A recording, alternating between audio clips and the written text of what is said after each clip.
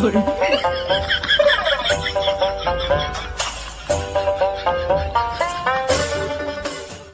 গাইছ পৃথিৱীত এনে হানো মানুহ আছে ইমানে ঠাণ্ডা ৰ'দত গা ধুই আছে আৰু ইফালে জুইও জ্বলাই লৈছে এই দেখছি না দেখা পাই কিনে কাণ্ড কাৰখানা মানুহ একদম পূৰা চাই আছে